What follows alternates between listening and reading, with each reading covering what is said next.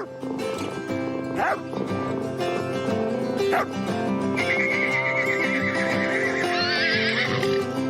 suis Laure Bonatti et je suis Mathilde Guillon et nous sommes toutes les deux vétérinaires consultantes en médecine du comportement. Bienvenue sur Vétologie, le premier podcast francophone consacré à l'éthologie vétérinaire. Cet épisode, vous avez été plusieurs à nous le réclamer sur Instagram. On a donc décidé de vous écouter et de nous intéresser aujourd'hui à la cohabitation entre deux animaux d'espèces différentes. Et ça tombe bien car Mathilde, tu es confrontée depuis peu à cette problématique. Tout à fait. J'ai adopté il y a 2 mois une petite chienne déjà adulte et j'ai dû la présenter successivement à mes 3 chats et à mon cheval. D'abord, on peut préciser qu'il est important de choisir le nouvel arrivant en fonction des animaux déjà présents dans le foyer.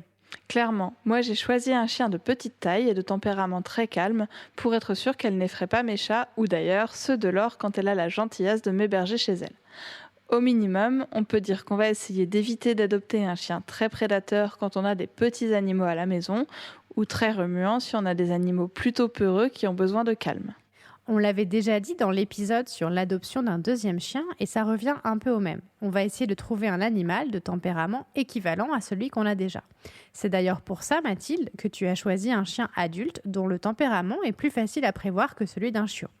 On a fait un épisode sur ce thème, mais pour faire simple, on peut dire que le tempérament, ça permet de prédire la manière dont un animal va se comporter dans une situation donnée. Et c'est quelque chose de stable dans le temps. C'est exactement ça. À vrai dire, j'ai eu très peu de travail à faire pour faire cohabiter tout ce petit monde parce que j'avais déjà fait très attention aux chiens que je choisissais avant. Bon, parfois, ça se passe moins bien que ça. Certains chiens vont courser les chats, certains chats vont d'ailleurs accidentellement favoriser ce type de comportement et s'enfuir quand ils voient le chien arriver. D'autres chats, eux, vont rester cachés, terrorisés par le chien. Ça peut être aussi vrai avec certains petits mammifères, comme les lapins, qui peuvent très mal vivre et on comprend bien pourquoi l'introduction d'un carnivore chez eux. Le mot-clé, ça va être la progressivité. Pas question d'aller déloger le chat de sous sa cachette et de le mettre sous le nez du chien. Ça reviendrait à faire ce que l'on appelle de l'immersion, c'est-à-dire confronter l'animal à ses peurs de manière très violente. Et ça peut être à l'origine d'une grande détresse et vraiment aggraver le problème. Ce serait également une très mauvaise idée de mettre le chat dans sa boîte de transport au milieu du salon et de lâcher le chien autour. Je le précise parce que c'est ce que des propriétaires m'ont dit qu'ils avaient fait lorsqu'ils ont dû présenter leur nouveau chiot à leur vieux chat. Au contraire, on va faire en sorte que l'exposition soit graduelle. Si nécessaire, on va chercher à séparer les animaux au début pour ne réaliser que des rencontres très contrôlées, derrière une porte, derrière une vitre ou derrière une barrière pour bébé plus simplement. Si le chien est un peu trop foufou, on va éventuellement le tenir en laisse ou laisser une petite longe accrochée à son collier ou à son harnais. Ça permet de le récupérer et d'éviter qu'il ne court à toute vitesse vers les chats. L'idée va ensuite être de réaliser des rencontres très positives. D'une part, en faisant en sorte que les animaux produisent les comportements qui sont attendus d'eux. D'autre part, en valorisant énormément la présence de l'autre animal. Il faut donc que chaque rencontre se passe avec de nombreuses récompenses alimentaires et félicitations de la part de l'humain, chaque fois que les animaux sont calmes les uns en présence des autres. Un chat qui a très peur de s'approcher du chien va par exemple recevoir sa pâtée ou ses friandises préférées quand il sort de sa cachette. Au début, on le laisse bien sûr manger à très grande distance du chien et en gardant le chien sous contrôle pour éviter qu'il n'aille voir le chat par surprise. On va ensuite diminuer la distance progressivement pour que le chat apprenne à venir manger à proximité du chien. Il est très important qu'il ne lui arrive rien de négatif à ce moment-là. On va donc vraiment chercher à occuper le chien avec de la nourriture ou un jouet. L'idée va être de ne lui laisser aucune occasion de courir vers le chat. S'il se précipite quand même vers le chat, il risque de trouver ça très intéressant d'avoir obtenu une super séance de course-poursuite et le chat aura lui eu la peur de sa vie. Donc tout risque d'être à recommencer. Autre chose qu'il est important de préciser, il faut vraiment éviter d'avoir à punir les animaux au moment de la rencontre. Le risque est qu'ils perçoivent la rencontre comme un moment négatif et ça ferait augmenter le risque d'agression en présence de l'autre animal. Si le chien apprend qu'il se fait disputer à chaque fois qu'il voit le chat, il risque de vouloir mettre le chat à distance et donc on obtient l'inverse de ce qu'on souhaiterait. Pas question non plus de punir un chat qui va grogner ou feuler sur le chien. Ces comportements sont normaux, surtout au début, et il faut laisser à chacun le temps de s'ajuster. Et d'ailleurs, on nous a également posé la question des capacités de communication entre chiens et chats. Alors, est-ce qu'on sait s'ils se comprennent vraiment entre eux ? Alors, on a cherché, il n'y a pas vraiment de littérature sur le sujet. Ce qu'on peut dire quand même, c'est qu'un certain nombre de signaux sont assez universels au sein du règne animal. Par exemple, découvrir les dents, c'est souvent un signe de menace. Les sons graves, comme les grognements, sont aussi plutôt indicateurs d'interactions négatives dans beaucoup d'espèces. On peut donc imaginer que chiens et chats se comprennent assez spontanément sur ce plan-là. De la même manière, un animal qui souhaite éviter une agression va en général se faire paraître plus grand qu'il n'est. On parle de bluff. C'est ce que font les chats quand ils se gonflent et arrondissent le dos. Cette posture peut être impressionnante pour les chiens et suffire à les mettre à distance. Et pour beaucoup d'autres signaux, bien sûr, les animaux ont des capacités d'apprentissage qui leur permettent de s'ajuster.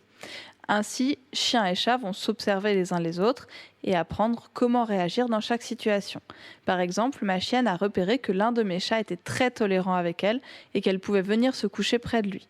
Elle ne le fait pas avec les autres chats car ceux-ci partent quand elle s'en approche. Par contre, ce fameux chat tolérant a compris qu'elle pouvait être assez indélicate quand elle faisait la fête aux humains et qu'elle lui marchait parfois dessus dans l'excitation. Donc quand il la voit faire la fête, il s'en va pour éviter cette situation. Les animaux peuvent aussi développer des comportements de jeu les uns avec les autres, par exemple des jeux de poursuite qui sont vraiment universels. Il faut cependant bien s'assurer que chacun s'amuse réellement. Pour ça, il faut que les rôles s'inversent régulièrement et que ce soit à peu près symétrique. Si c'est toujours le même animal qui est poursuivi, alors il est probable qu'il passe plutôt un mauvais moment, même si le poursuivant, lui, s'amuse beaucoup. On a aussi parlé des relations entre chiens et chevaux. À nouveau, tout va être question de progressivité et d'apprentissage. On va par exemple très rapidement chercher à éviter les comportements des chiens de troupeau ou de poursuite de manière générale au contact des chevaux. Pour ça, il est important que les chiens sachent ce qu'ils ont à faire. Suivre l'humain, se tenir à distance, etc. Pour que les chiens produisent les comportements attendus d'eux, il faut que ceci soit avantageux pour eux. Autrement dit, on va vraiment récompenser les comportements désirés. Et en parallèle, on va maîtriser l'environnement pour éviter les tentations le temps que l'apprentissage se fasse. Par exemple, on va éviter de lâcher le chien au milieu du pré car il risquerait de se mettre à faire courir les chevaux et trouver ça très marrant, ce qui lui donnerait envie de reproduire ce comportement que l'humain, lui, trouve plutôt indésirable. Il n'y a pas non plus vraiment de littérature sur la communication entre chiens et chevaux, mais à nouveau, beaucoup de choses vont être une question d'apprentissage. Un cheval qui a déjà eu une mauvaise expérience avec un chien risque d'avoir plus facilement tendance à mettre les chiens à distance en les menaçant, par exemple. Et de la même manière, un chien qui a reçu un coup de sabot, qu'il soit volontaire ou non, va se tenir plus loin des chevaux et peut-être chercher à les mettre à distance en aboyant ou en grognant. Bref, vous l'aurez compris, les animaux domestiques sont parfaitement capables de communiquer entre eux et de se comprendre, même si leurs besoins et leurs modes de communication ne sont pas les mêmes. Pour qu'une cohabitation se passe bien, il faut être progressif dans l'introduction du nouvel animal, ne forcer à rien et utiliser le moins possible les punitions. Il est important au début que l'environnement et les réactions de chacun soient bien maîtrisés pour éviter tout mauvais apprentissage autant que possible. On espère que cet épisode vous a plu et si c'est le cas, comme d'habitude, vous pouvez le partager autour de vous, vous abonner au podcast et puis surtout nous envoyer plein de photos de cohabitation réussie entre animaux d'espèces différentes sur notre compte Instagram Vétologie ou par mail vétologie.podcast@gmail.com. Et on vous dit à très bientôt sur Vétologie.